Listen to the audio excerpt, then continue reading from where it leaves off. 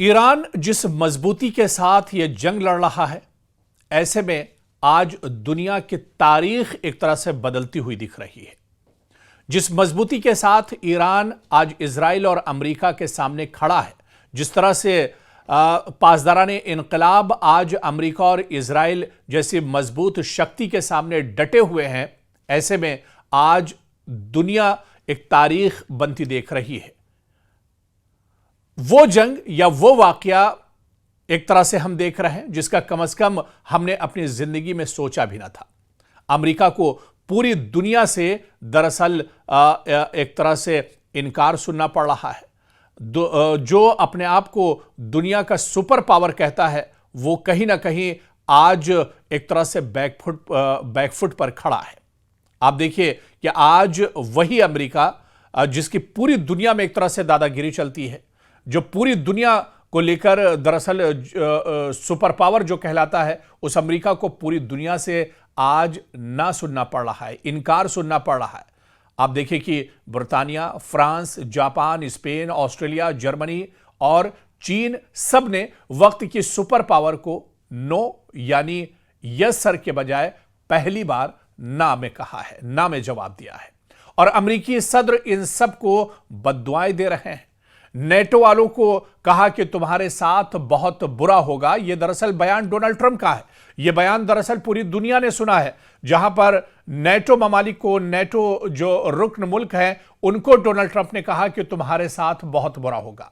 बरतानिया के वजीर आजम ने तो बाकायदा बेइज्जत किया है अमेरिका को और डोनाल्ड ट्रंप को, और जवाब में ट्रंप ने कहा कि हम इसे याद रखेंगे।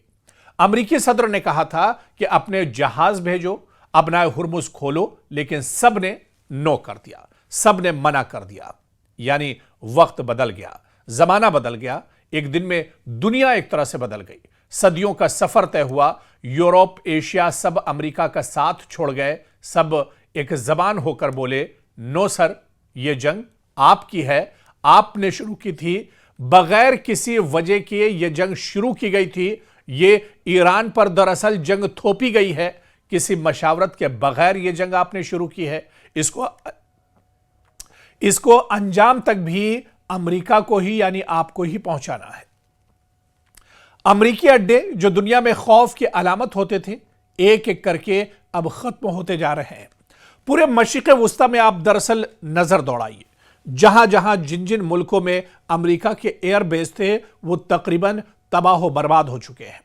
पूरे मिडिल ईस्ट में कोई ऐसा एयरबेस नहीं बचा है जहां पर ईरान ने हमला न किया हो, जहां पर ईरान ने तबाही न मचाई हो। कोई मुल्क अपनी सरजमीन देने को तैयार नहीं है। अमरीकी सिफारत खाने बंद हो रहे हैं मशरिक़ वुस्ता में। अबनाए हुर्मुज से सिर्फ वो गुजर सकता है जो जंग मुखालिफ हो, यानी अमरीका इजराइल मुखालिफ, या जिसे इजाजत ईरान की तरफ से इजाजत दी जाए। जंगे हो या इलेक्शन, आप दोस्तों के सर पर लड़ते हैं। अमेरिका ने इस जंग में दोस्त खो दिए हैं। अमेरिका तनहा है। अमेरिका ने किसी कानून का एहतराम नहीं किया। एक कमजोर मुल्क के सदर को उठाकर ले गए, किसी को फांसी पर चढ़ा दिया, किसी को जिला वतन कर दिया, कहीं बगावत करा दी। लेकिन आज अमेरिका को हर तरफ से एक तरह से इनकार सुनना पड़ रहा है।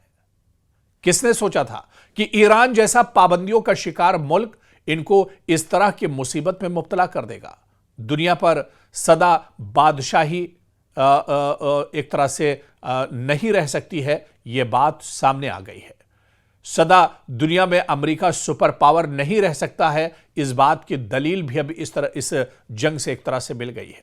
और कहीं ना कहीं पूरे अमेरिका की और खुद अमेरिका के सदर डोनाल्ड ट्रंप की बहुत बड़ी बेइज्जती एक तरह से इस जंग में देखने को मिली है।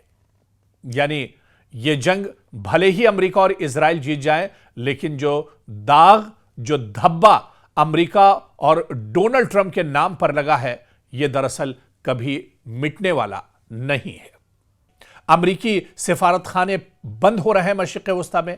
अबनाए हुर्मुज से सिर्फ वो गुजर सकता है जो जंग मुखालिफ हो, यानी अमेरिका इजराइल मुखालिफ, या जिसे इजाजत ईरान की तरफ से इजाजत दी जाए।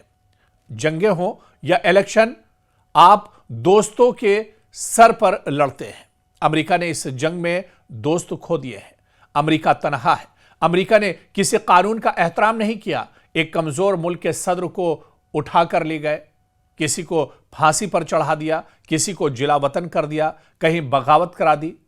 लेकिन आज अमेरिका को हर तरफ से एक तरह से इनकार सुनना पड़ रहा है।